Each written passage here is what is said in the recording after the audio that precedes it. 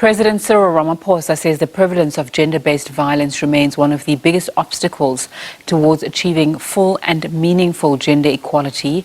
In his weekly letter, he says just as the 1956 Women's March sent a signal that equal rights for women was an important goal of national liberation, ending all forms of violence against women and children is vital to the country's national progress. Ramaphosa has emphasized that gender-based violence is not a problem of women, but a problem of men who must be part of the solution, starting with their own attitudes and conduct. Ramaphosa's letter on the eve of Women's Day also reflects on the progress South Africa has made in achieving gender equality, from the 46% representation of women in Parliament, as well as the appointments of the first female Deputy Chief Justice and Deputy National Commissioner of Police.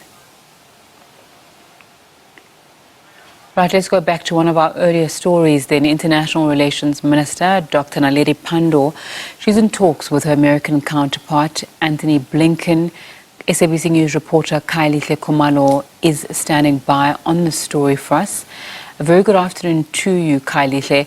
Just talk to us about the trade volumes between the United States and South Africa. Yeah, we're here. We're here. Khayelihle, we can hear you.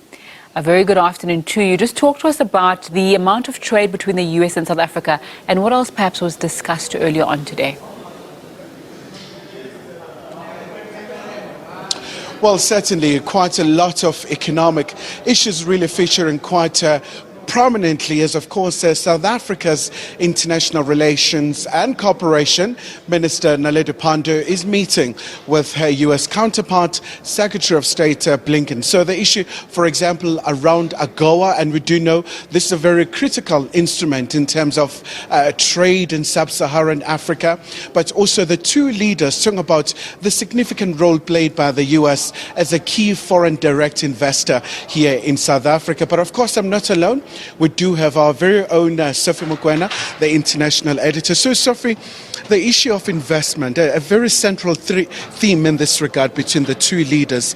Now, let's talk about AGOA. We know that for the longest time, there was an issue around South Africa's status, whether do we still stand a chance, and we overcame that particular issue. But how important is this instrument in terms of trade?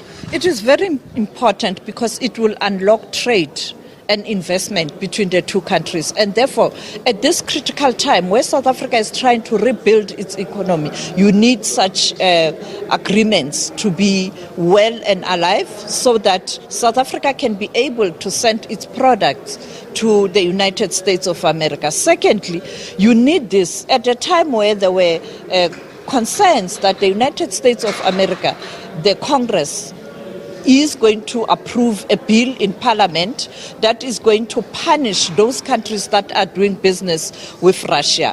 And therefore, if you have this agreement in place and you agree that you have to strengthen it, you have a way also to cushion yourself around this challenging issue. And I think the forum next year here in South Africa will definitely create a platform for South Africa and the United States of America to strengthen its relations in terms of trade and investment.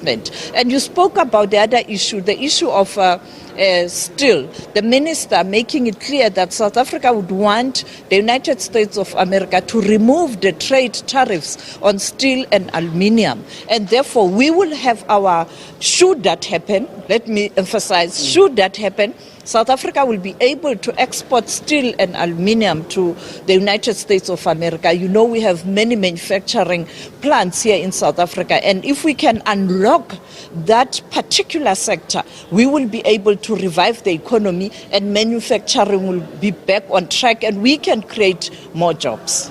And a very critical issue. We know that with COVID-19, as Africa, we're exposed in terms of our own capacity, in terms of the vaccine production.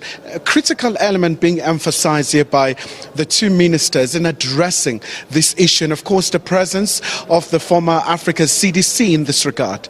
Yes, the presence of the former Africa CDC chair, Dr. John Nkengasong. And you know that Dr. Nkengasong has got a very cordial relationship with President Cyril Ramaphosa. You would recall that they spearheaded and really drove Africa's program and campaign to fight COVID-19, and they worked hand in hand. And he's too familiar in terms of what South Africa wants on issues that are related to manufacturing of vaccines. We saw the United States of America supporting South Africa, even going as far as speaking to the G7 countries about issues that are related to the WTO TRIPS waiver. And therefore, I think the issue of manufacturing of vaccines, issues that are related to the fight against HIV and AIDS, will be back on track, having Dr. John Kenkasong as the leader of PEPFAR, a person who's familiar with challenges on the continent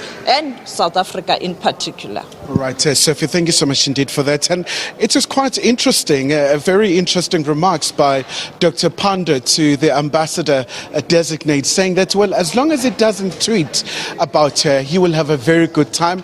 Of course, he has yet to hand in his credentials, representing, of course, the United States of America. So I can tell you this much, a bit of activities here. So the press briefing will be held around 2 p.m.